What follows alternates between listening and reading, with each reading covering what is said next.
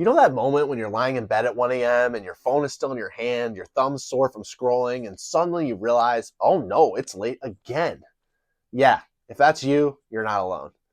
We live in a world that makes it way too easy not to sleep. Whether it's your work emails, late night TikToks, or that one friend who texts you memes at midnight, it's like the universe is built to keep you awake. But here's the thing. Sleep isn't something you do when the day is over. It's what fuels your next day. It's what gives you energy, clarity, and the ability not to feel like a raccoon in a hoodie every morning. Today, we're going to build the perfect real-life nighttime routine. Not some fantasy where you meditate under a Himalayan salt lamp in silk pajamas while drinking moon water. I'm talking about that routine that actually works, that actually fits your real life so you can fall asleep faster, wake up earlier, and actually feel good when your alarm goes off. If you're tired of waking up exhausted, hitting the snooze 5 times, and starting your day in a fog, this one's for you. Let's get into it.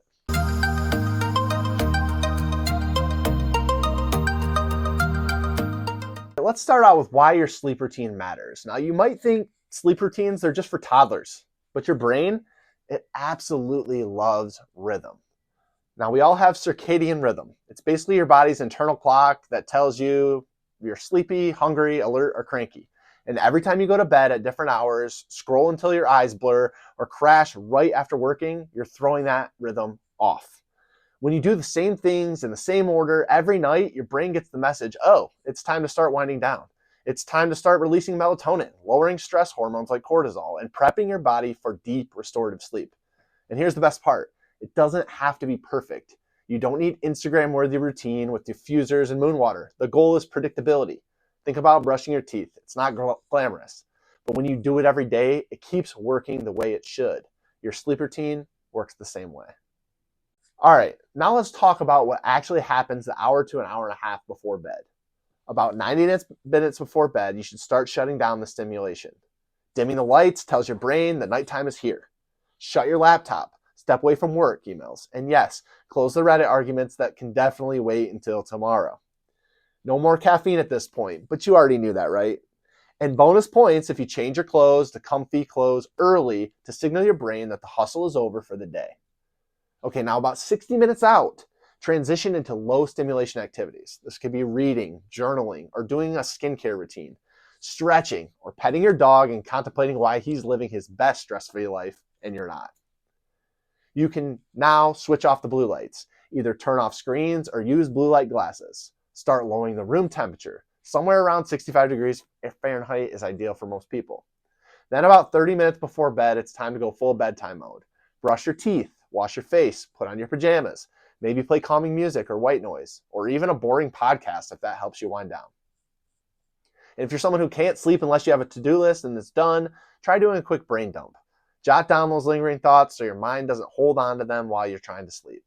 And remember, this isn't a rigid checklist. It's just a gentle flow that tells your brain we're wrapping up the day.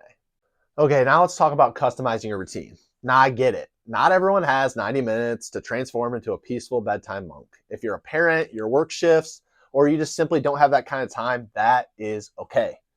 Think of your routine like a menu. Pick 2 to 4 things that fit your lifestyle that you actually enjoy. Maybe take a warm shower to help your body temperature drop afterwards, signaling sleep. Or maybe you can journal to clear out the mental clutter that's like a party in your brain at 2 a.m. Reading fiction can be a great way to wind down. Just maybe skip the true crime. That'll have you side-eyeing your closet all night. You could add some lavender aromatherapy, do a few gentle stretches, or try breathing exercises like the 4-7-8 method. You might want to prep for tomorrow by laying out your clothes or making a to-do list to reassure your brain that the future you has it covered. Or you might do a gratitude journal to end your day on a positive note. The best routine, honestly, it's the one that doesn't stress you out, that you can do consistently, that can help you feel ready for rest. Now we're to the point of what to avoid before bed. Now let's talk about those things that sabotage your sleep, even if you're doing everything else right. First up is that doom scrolling.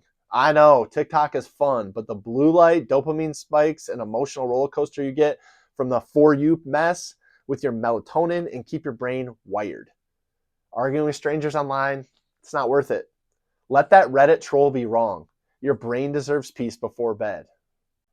All right, alcohol. It might seem like it helps you sleep, but it actually fragments your sleep and makes you wake up groggy. Your liver is throwing a rave at 3 a.m. while you're trying to sleep. Oh man, late night heavy meals or spicy foods. They're staging you a protest in your stomach while you're trying to dream.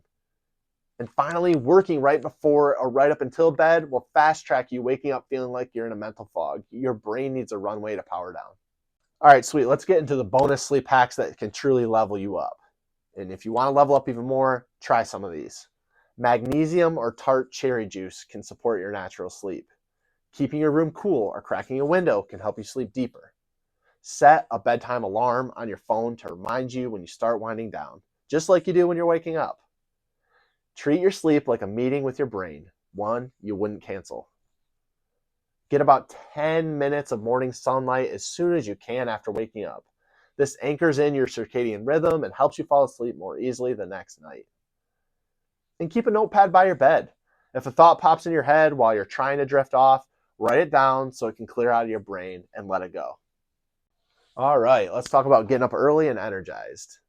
Now we've went back and we got your night handled. So let's talk about the morning. Now most people wake up tired, but that's not because they didn't sleep enough.